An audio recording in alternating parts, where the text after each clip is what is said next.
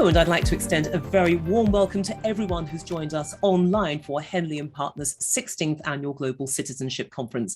My name's Juliet Foster, and it gives me great pleasure to introduce our panelists for this next landmark all-star cast discussion on sovereign states in the Metaverse. Joining me online is Nirbhay Handa. Now, Nirbhay is the Group Head of Business Development at Henley and Partners.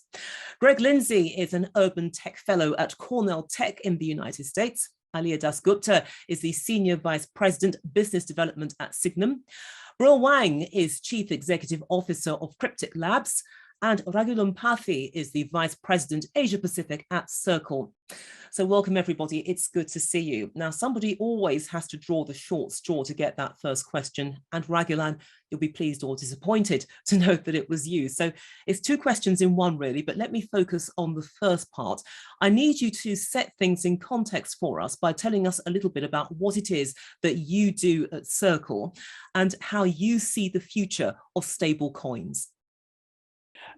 So in my role, I look after the Asia Pacific region and some other regions a bit beyond that as well, for all aspects, effectively acting as the CEO for Asia. My view on why Circle is in Asia is quite simple. The cryptocurrencies, the Web3, blockchain, whatever you want to call our industry, really has great economic impact, especially in leveling the playing field for access, for the movement of money, the movement of assets, the movement of value between people. And Asia just having more than half the world's population and quite fragmented movement of money becomes a natural choice for a company like ours that builds essentially the infrastructure for the Web3 economy. What we do as a company is a few things. We're most well known for USDC, the stablecoin. And a stablecoin ultimately is something, a smart contract that's backed one for one against a currency such as the US dollar. We take that money that is given to us, and in return for the smart contract we put that money into reserves, mostly in sub 3 months treasury bills, so the safest, most boring ways to invest the money, so people are very, very secure when they have a USDC, when they hold USDC. That's what we're most well known for. We're also going to be building many more stable coins for many more currencies as well, since the US dollar is not the only currency in the world, clearly. And secondly, we also have ambitions to build a Web3 infrastructure company as well. So to provide Web3 infrastructure services, whether it's around custodian services, whether it's around identity management on the blockchain, and much more. But we very much think of ourselves as a market infrastructure company, an infrastructure company for the Web3 economy. And that might take the form of things such as USDC, a stablecoin, or it could take the form of other parts of infrastructure to help developers, to help companies, whether they're Web3 native companies, whether they're traditional companies, build on top of the Circle suite of products. But from your perspective, how far do you think we are from that stage where countries actually start using stable coins for bilateral trade and also day-to-day commerce?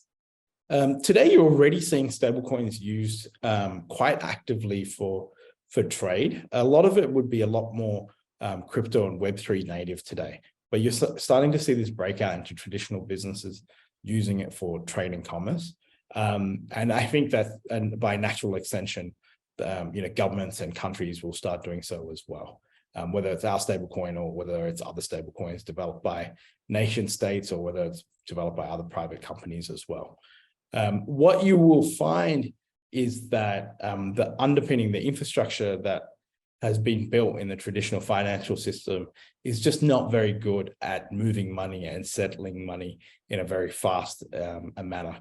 What I say to people, the simple way to think about it is moving money should be as easy as sending a message, sending a WhatsApp, but it's just simply not today. It's actually quite complex, and the rails and everything that underpins it is quite slow, and the settlement is quite slow. And that's really one of the big revolutions from the blockchain and Web3 that's going to change. The movement of financial value can be almost instantaneous and can be in a way that is highly secure and really can't be disputed. And I think will ultimately replace a lot of the rails that we have today. I think consumers may not see it because they just request to move money, but I think most people in financial services knows that there's this quite complex web of infrastructure that underpins it, which sometimes works really well and sometimes doesn't work really well. Some countries you have 24/7 movement of money between people. In some countries, that can take days. But definitely when you're looking across borders, the movement of money is generally pretty slow, and the clearing of funds is pretty slow, and not only of funds but all sorts of assets, and the value of all sorts of assets, whether it's equity holdings, whether it's fractional ownership of real estate, or so many other things as well, which can be tokenized and moved. So I think that's going to be the biggest change, and I think that world is upon us already today, and I think it's just going to accelerate. But I do still think we're in that 0.1% of where we're going to get to. So it is still, it's about to explode, but we're still very, very early stage. Thank you so much for that. And before we move on to the next question, let me just explain to our online viewers about the stable coins. They are cryptocurrencies, and as Raagulan referenced there earlier in one of his answers, you can peg them to currencies. He talked about the dollar, but in actual fact you can peg them to commodities, or indeed a financial instrument, whatever that instrument happens to be. But the whole point about stable coins is that they're designed to provide an alternative to the high volatility of popular cryptocurrencies like Bitcoin, because with a cryptocurrency they are less suitable for common transactions because of that volatility. So, okay, that's the explanation. Aliya, let me now move on to you, because Sygnum is the first digital asset bank. So how does that digital asset banking actually differ from the conventional banking that most of us are already familiar with? And how do families, or indeed individuals, utilize the services that Sygnum has on offer? And for the question, so Sygnum is actually designed to kind of sit at the center of the ecosystem between those on the side who are very active in the crypto space and are looking for access to traditional assets in the traditional finance world, and the other way as well, for those who are looking to engage with the digital asset universe, but want to do so through a regulated portal. And so the thesis at Sygnum firmly is that the future has heritage. We are headed west. There is a lot of interesting activity happening, but in order to have this transition, to move the entire ecosystem into this universe, there is still a very firm railway to the traditional financial sector as we know it today. And that's where sort of Sygnum sits in the ecosystem. For anyone looking to work with Sygnum or bank with Sygnum, it's a very simple interface. It's very much like, a bank account you might have at UBS or, HSBC or wherever you might bank today, except that when you log in, you have your, fiat accounts with your US dollar, Singapore dollar, whatever, and then your crypto assets. So your Bitcoin, your Ethereum, and 26 other digital assets.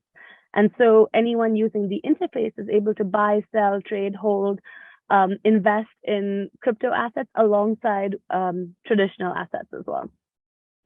So it's really looking at both sides of the playing field. Okay, so what Aliya has been talking about there is a journey into the future. And Greg, this is something that's of interest to you because you're a fellow at Cornell Tech University. And as part of your job, you explore the implications of the metaverse for the so-called real world, which most of us, I'm happy to say, actually occupy. But you've also reported on experiments to build new cities and territories that have their own sovereignties. And I'm thinking specifically about Paul Romer's charter cities and, of course, the proposed Saudi megacity, Neom. So where do these trends actually intersect? And how have they led us here to where we are? So yeah, to take a step back, so more than a decade ago, we see the rise of cryptocurrencies, Bitcoin. Around the same time, we start to see the rise of these ideas to create extraterritorial sovereignty. So Paul Romer, as you mentioned, won the Nobel Prize, this idea that we might create enclaves, city enclaves, that people would have residency in that would be operated by nations other than the local residents. And then you see again in 2016 or so, we see Estonia launch its digital e-residency. So there's the first case where you have, a very digital nation state that's able to reboot its entire government in the case of invasion, very germane subject these days, In that particular case, offering rights of residency, legal and banking rights without necessarily tied to territory. And so these sort of three things come together. And it's funny talking about stable coins, because really what we're starting to talk to in this conversation is almost stable citizenship, the idea of creating alternate forms of residency and identity that are then tethered back to the real world. I'm sure that's what Bril will talk about with Digital Palau. And so to me, things start to get really interesting in this regard, because, we also see the rise as a result of these developments, various experiments now in belonging and in new types of organizations, many of which are tied to crypto and so-called Web3. So for example, Balaj Srinivasan, who's a venture capitalist who worked with Andreessen Horowitz, has wrote a whole book on the networked state. And this is the idea that new communities will form in the cloud. There'll be communities of affinity. They come together around a single purpose or to do something. They might issue their own tokens, bootstrap their own currencies, and perhaps some cases acquire their own land. We see various decentralized autonomous organizations or DAOs like Praxis and CityDAO and others are creating like-minded individuals to acquire land and settle it. And what really gets interesting is where that can then start to tether to potential other citizenships.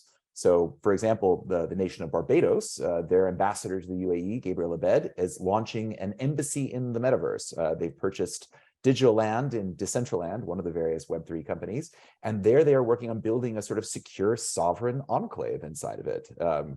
They're still trying to figure out how do you encrypt the communications and basically sort of preserve all this. But it's the idea that you would now actually have multiple overlapping residencies or identities that can tie to this. And I'll pause in a second because I think what Palau's doing and some of the others are really interesting and tie back to this. And the Saudis are exploring this with NEOM, carving out separate enclaves, et cetera.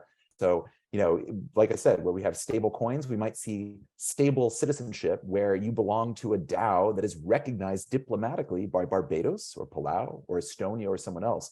And so we're about to see a whole new class of citizenship and residency and rights that perhaps are about to flourish. So Greg, you mentioned there Palau in that answer, and that's quite handy because it means I can bring Bril into the conversation, because you played an instrumental role in designing the Palau digital residency. So can you explain how it actually works, and more to the point, how Palau itself benefits from this? So, I want to get started with, how this idea get into place, and how, does the Palau digital residency start to offer to the global citizen. So what happened, like in the second half of 2021, was the president of Palau, His Excellency President Whips, visited Stanford, and then I organized a panel of advisors from a separate credit union, Dan Coquiz, and also some local experts, Stuart Raffol, to basically give Palau an overview of what they can do to basically recover from this COVID situation, because they depend very much on the tourism, and then apparently the pandemic has hurt that a lot. So some fact about Palau is they only have 18,000 people, the world's third smallest country. So what we told the president was, first we need to get a large enough population base, right? And what you can do is to learn from Estonia to offer this e-residency, which has been in place for 8 years, right? So, the international community will not basically blame you because you're not the first one. And then, as a second one, there's a lot of innovation you can do to this program, which is basically, offer this digital residency on-chain, on a blockchain, right? So that brings another level of innovation to the system, where you can have various of different claims, right? Say, for example, if you're over 21 years old, you're jurisdiction where in, for example, Los Angeles metropolitan, those non-PII information, right? So say, for example, when you go to a bar, rather than show your real ID where they can see, whether you're 34 or 45, you can just show them the claim, right, on the ID NFT, which is, also a soulbound token, which is the Ethereum founder Vitalik's new idea issued as early of this year, right? So since we launched in February of this year, we have got applications from 81 countries of a total of 95,000 people. So what unique about this, like Palau digital residency is we, started by working with various, crypto exchanges, right? Basically take this ID card as a formal form of KYC. So what we have, named this movement is called the financial sovereignty, which means that, a lot of countries, you just don't have that financial freedom of trading and owning crypto. For example, for Canadian citizens, you cannot own over 30,000 worth of cryptocurrencies other than the largest for Bitcoin, Ethereum, LTC, Ripple, something. So that gives the digital resident a second identity which they can use to get KYC on exchanges on top of the traditional use case, right? Say for example, at hotel check-in, flight check-in, and also get verified, on various websites like Airbnb, right? So that gives the individual the second option to have a second identity, right? If they don't want to use their original identity for a variety of privacy reasons. I think I'll, maybe just stop here, and then if our panelists have questions, then I'll go further deep down into this topic. What this has shown us is the scope of possibility, that nothing is impossible, and that perhaps concepts or ideas that were once seen as a bit too far-fetched, we can make them real.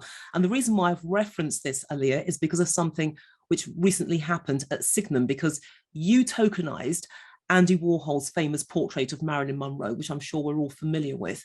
And it represents an interesting development, but how does the fractionalization of works of art actually work?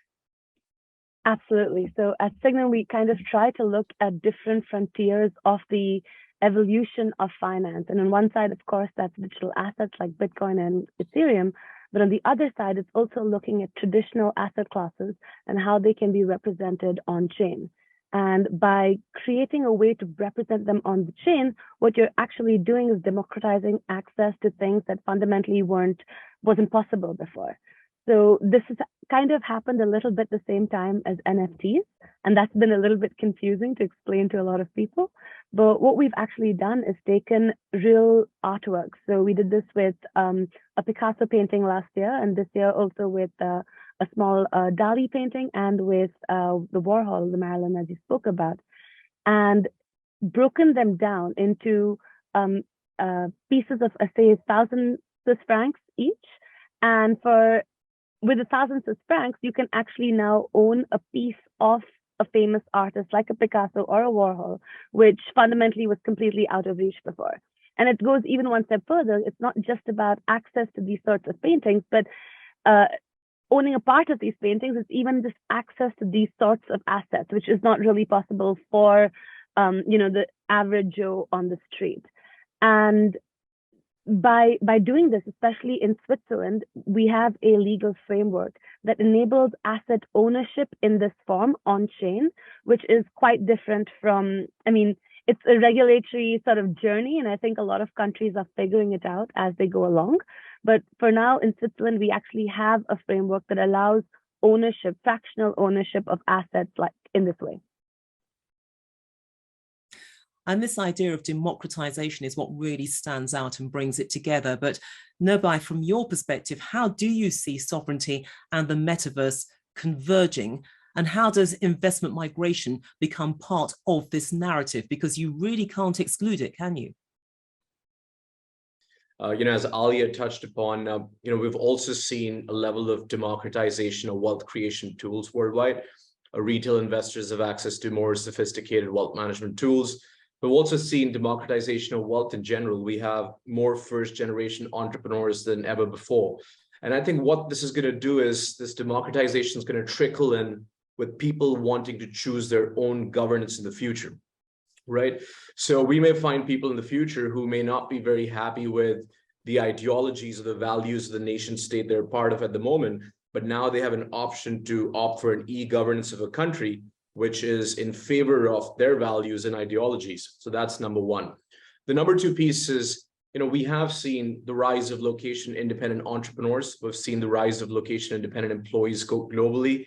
Companies including Upwork, Spotify, they're all embracing that journey. And that's also prompting people to look at forms of e-governance in the future, right? The other piece where it becomes really lucrative for nation states is, for example, you can be a small country like Palau with not many resources in the real world. But what is stopping you to have a lot of resources in the meta world? Why can't you have fiscal policies that are great for wealth preservation initiatives for these high-net-worth entrepreneurs worldwide, right? And I think something that we saw in Singapore 50 years ago, which embraced the idea of an industrial revolution and then pivoted to a services economy, we could see these small nation states embracing Web 3.0 and also seeing similar, or I would say relative economic prosperity at the back of it. So that's the other piece of it. Another place where we see a lot of convergences, as Bril mentioned, these sophisticated identity protocols. If you look at the immigration system in general, we're still collecting stamps from the 19th century. That can all be replaced by identity protocols such as what Bril has developed. You don't need to file tax papers when you can have a blockchain-based identity verification protocol that solves all of that for you. Now, taking it to another level, what we're seeing now is, why are businesses thriving at the moment, right? So people who work with Henley and Partners, they believe the more diversified they are from a residency point of view, we call it domicile diversification, the better prepared they are for the future.